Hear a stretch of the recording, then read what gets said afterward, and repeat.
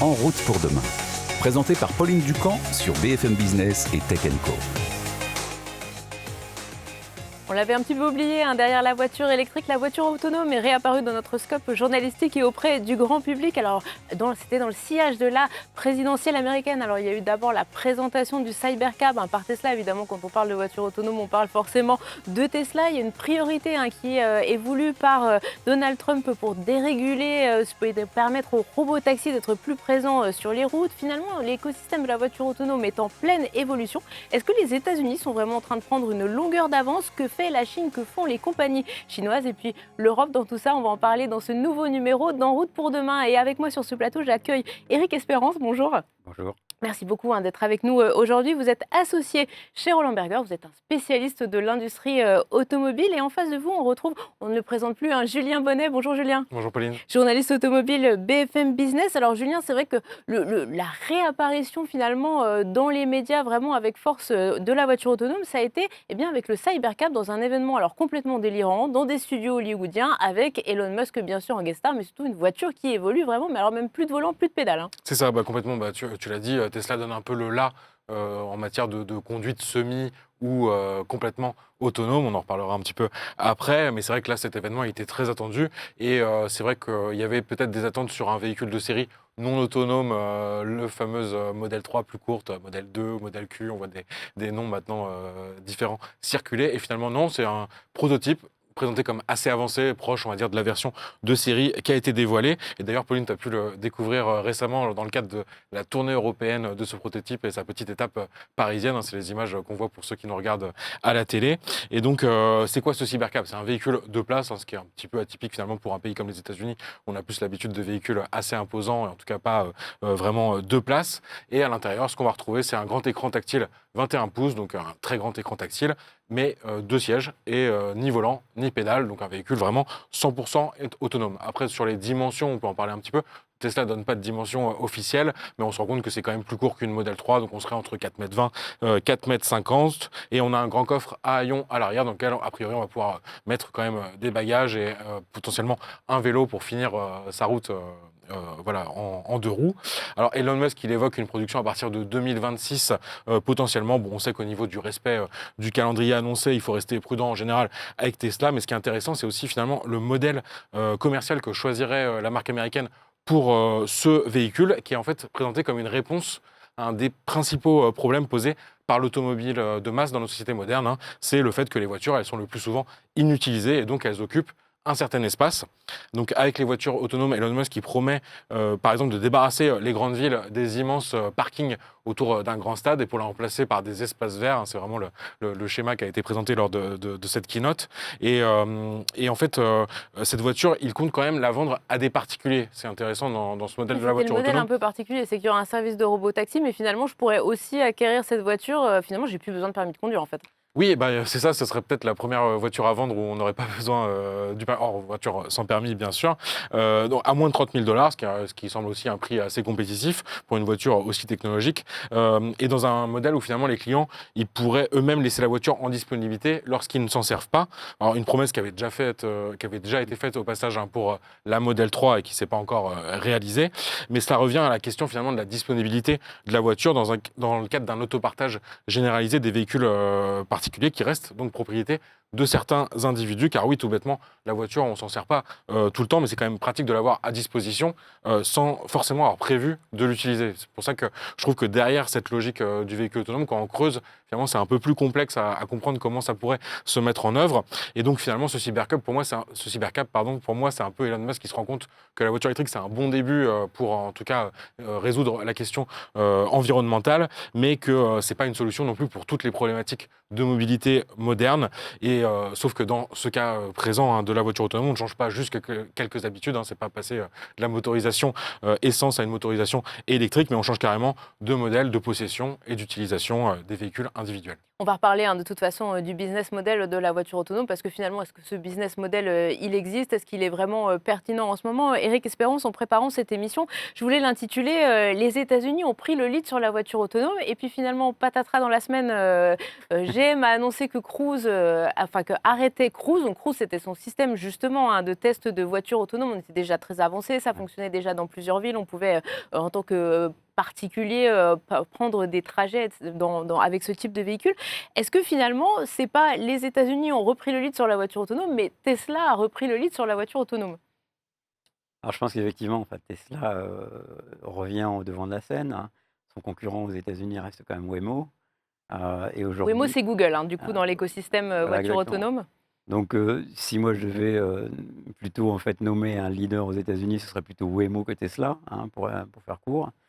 Hem Waymo, hein, pour faire court, a été capable d'engranger à peu près 35 millions de kilomètres, alors que Tesla, en revendique moins de 2 ou 3 millions de kilomètres, hein. C'est vraiment très faible.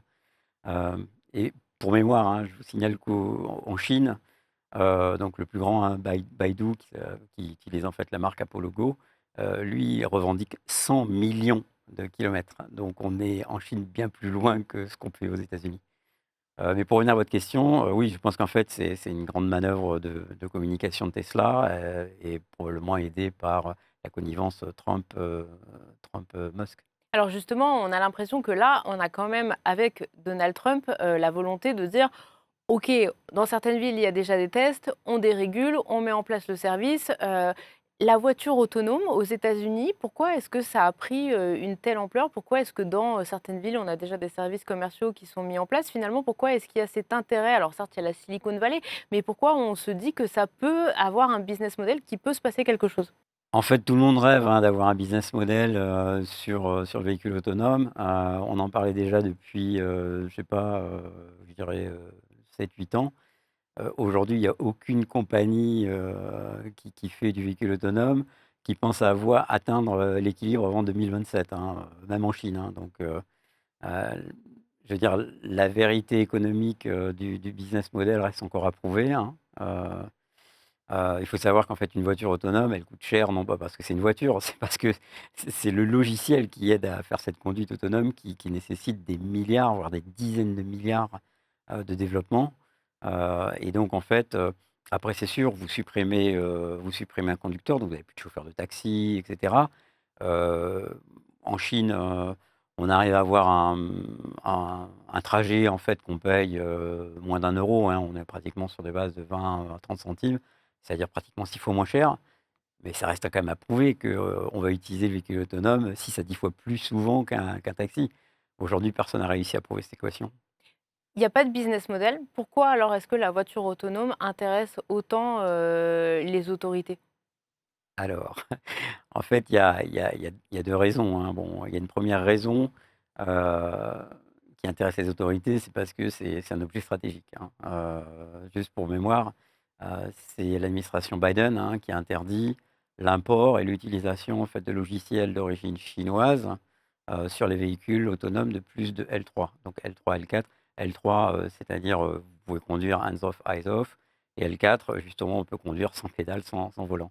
Aujourd'hui, on le rappelle, on a des véhicules qui peuvent alors atteindre le niveau 3 à peu près, et le niveau 4, on est encore sous la forme de proto, on est Bah, les niveaux 4 sont les véhicules qui sont en test, hein. C'est, justement le Cybercab, le véhicule Waymo dont on parlait tout à l'heure, en Chine aussi.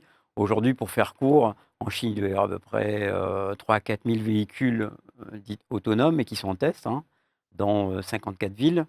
Aux États-Unis, il doit y en avoir à peu près moins de 1 000, qui sont en test. Alors moins de 1 000 maintenant, on va en enlever de 100, hein, puisque Cruise, Cruise, disparaît, qui sont en test dans 47 villes. En fait, en réalité, il y a que 6 villes, en fait, qui testent vraiment ces véhicules.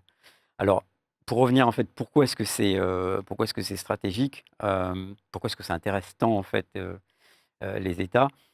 Bah, parce qu'en fait, ça touche, en fait, à la souveraineté. C'est-à-dire qu'un véhicule autonome, c'est une caméra sur roue qui enregistre des millions, voire des milliards d'images, par minute. Et donc avec ça, vous pourrez constituer en fait tout un toute une ville, tout un environnement. Vous pouvez rechercher des individus, vous pouvez rechercher des infrastructures, des banques, des centrales nucléaires, des endroits stratégiques comme des bases militaires ou des choses comme ça, puisque la caméra enregistre tout. Et ensuite, tout ça s'est envoyé à un centre névralgique qui va identifier, puisque ça fait partie du protocole. Et cette identification, c'est la puissance d'identification en fait, qui permet de rendre le véhicule autonome. Donc, voyant ça, les États-Unis ont dit tout matériel chinois, c'est interdit parce qu'en fait, ça permet d'espionner en fait, ce qui se passe aux États-Unis. Moi, je pensais faire une émission sur la sécurité routière, finalement, on pense tous à Akit, la voiture qui parlait toute seule dans la série des années 80. Et là, vous êtes en train de me dire que finalement, on est sur de la guerre 2.0 finalement avec la voiture autonome, Absolument. si je vous écoute bien. C'est des espions sur roue, en fait. Absolument. Alors, pire que ça même, aussi ça peut être aussi en fait des soldats sur roue. C'est-à-dire qu'avec 0,1 du parc circulant, vous pouvez bloquer tout un pays. C'est-à-dire qu'à partir du moment où la voiture est autonome, et si d'un seul coup vous lui dites: «Tiens, ne reconnais plus le feu rouge s'il te plaît», donc elle va s'engager dans un croisement et elle va finir par bloquer tout le croisement en faisant un accident, puis un autre accident, et cetera. Et d'un seul coup, vous pouvez bloquer toutes les villes américaines en pratiquement moins de 10 minutes.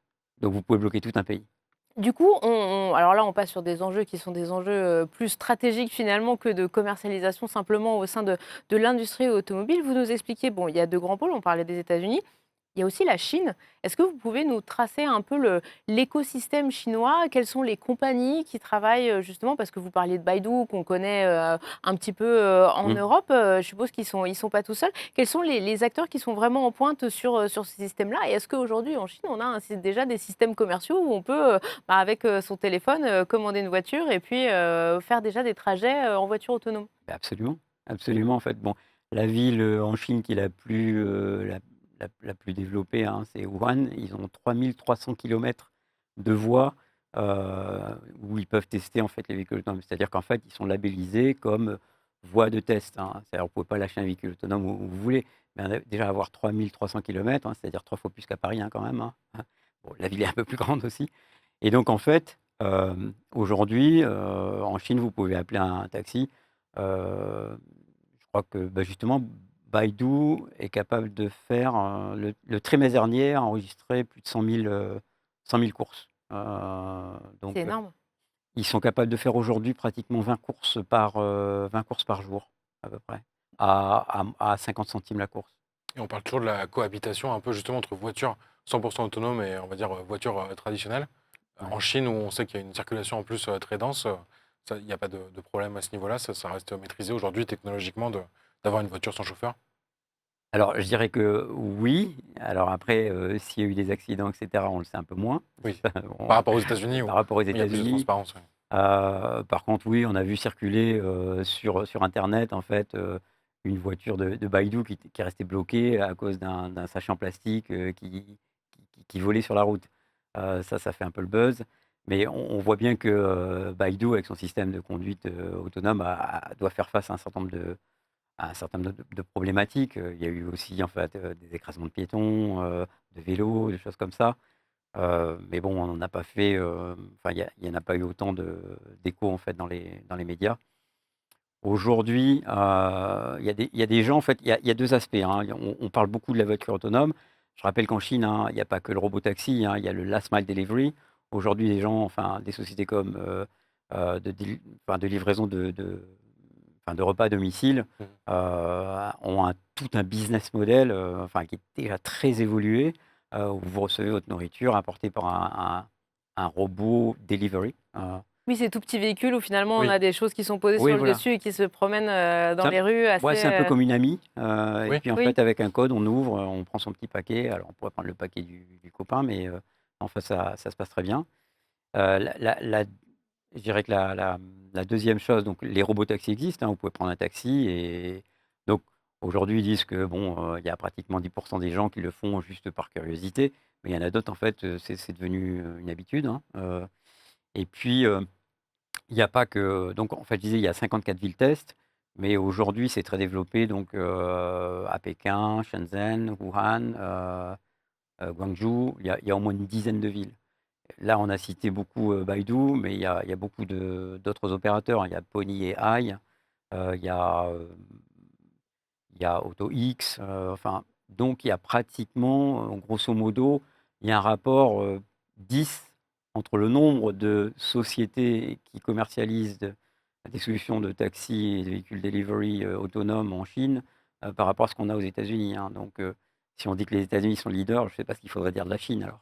Alors, on parle États-Unis, on parle Chine, l'Europe dans tout ça, on a des champions parce qu'on parle beaucoup on connaît tous Valeo en termes l'équipementier avec les technologies, mais est-ce que finalement en Europe on est distancé dans ce domaine de la voiture autonome?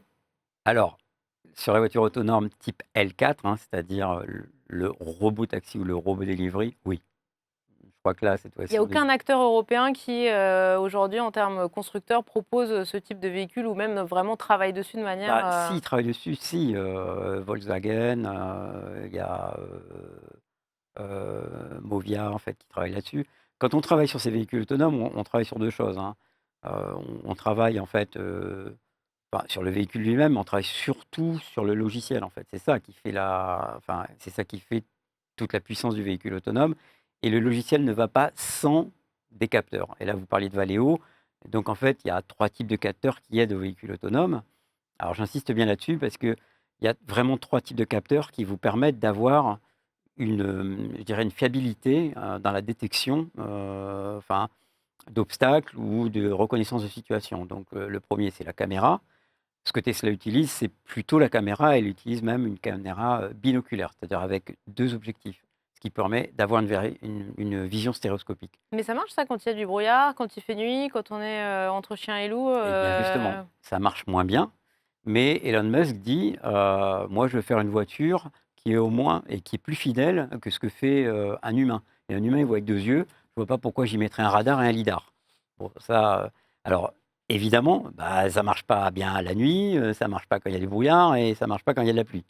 Donc c'est pour ça qu'en souvent, on a l'adjonction d'un radar. Le radar, lui, utilise des ondes radio et ça permet de voir à travers les nuages, à travers la pluie. Ça permet même voir aux angles des bâtiments, ça peut voir même un petit peu derrière le bâtiment.